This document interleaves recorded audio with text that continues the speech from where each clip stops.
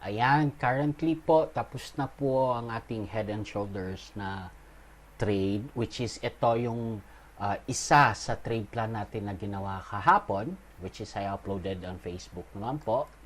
Pupuntahan po natin yon, which is this one. So, kung mapapansin nyo on the Facebook fan page, ayan. Ito. Gumawa ako ng video stating here the trade plans na aking analysis based on the system that I have.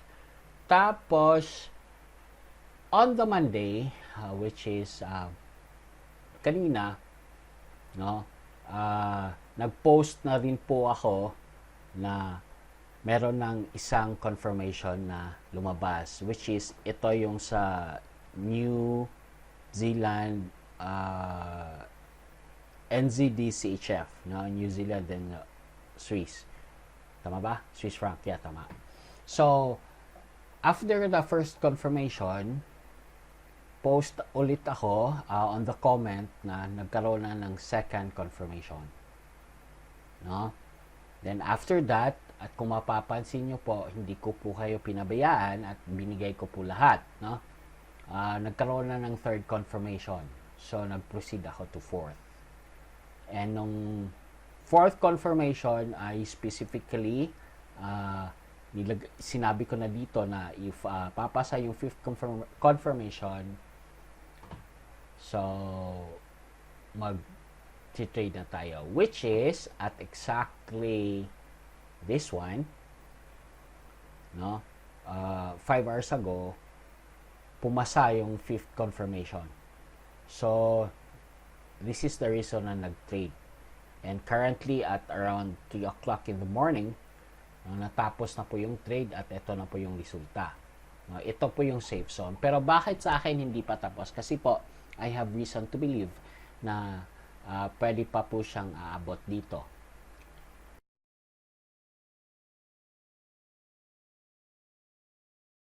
However, given to my system, no, given to my strategy, ang pinaka-safe zone po is ito. So, pwede na pong hintuin nyo yung trade at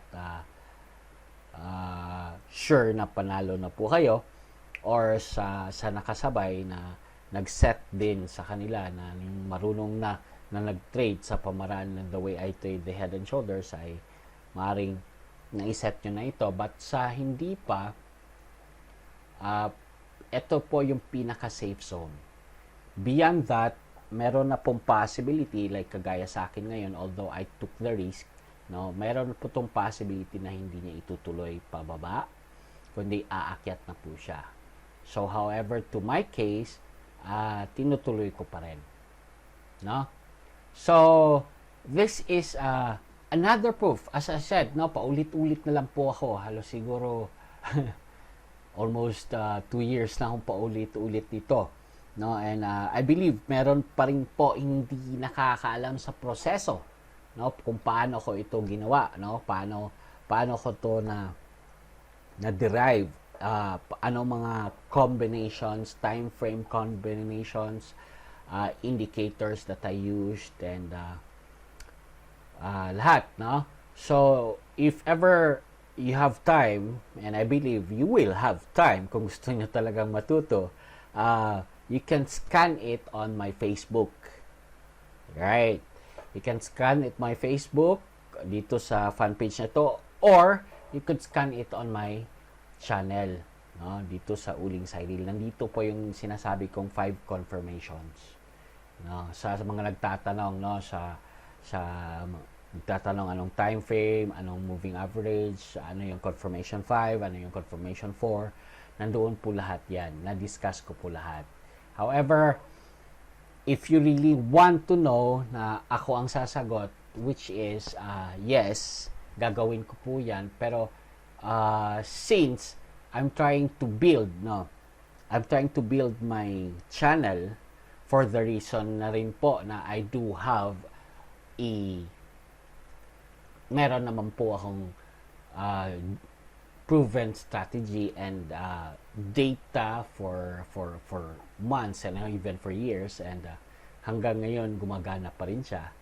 So just to let everybody know na maaring pwede nila itong pag-aralan, maaring matuto sila ito sa mga confirmations ko, and the best thing is maaring matuto sila sa the system that I have, no? So paano ko na-derive itong strategy na to? Dahil din because of the system that I have created. So what yun by system? One example of the system is the journal. As simple as that. So eto na po ngayon, tapos na po yung trade natin. So 3 weeks in a row, the head and shoulders, basta pumasa sa 5 confirmation, pasok yan, no? Tanong, sure ba talaga to?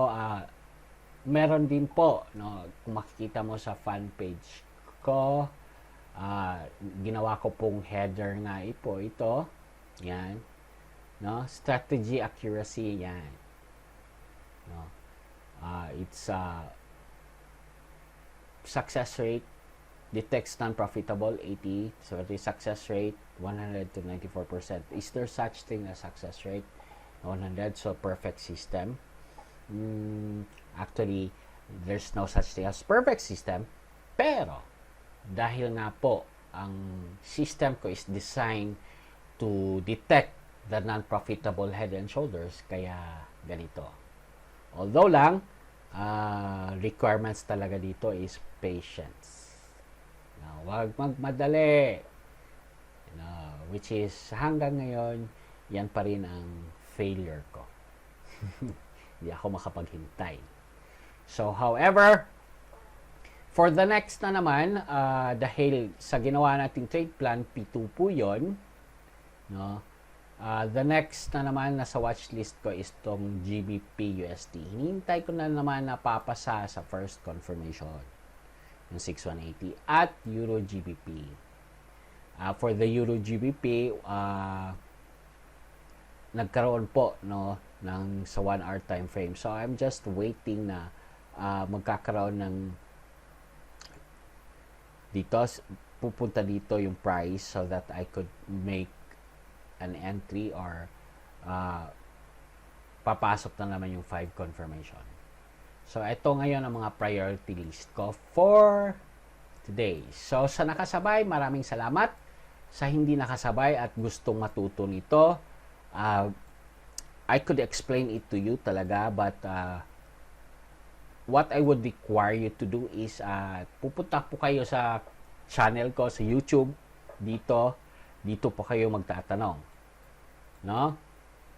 Kasi again, since this is already proven and tested and for years na rin po, and I do have data na gather nito sa system at strategy ko, so it's fair enough naman po na tulungan nyo ako na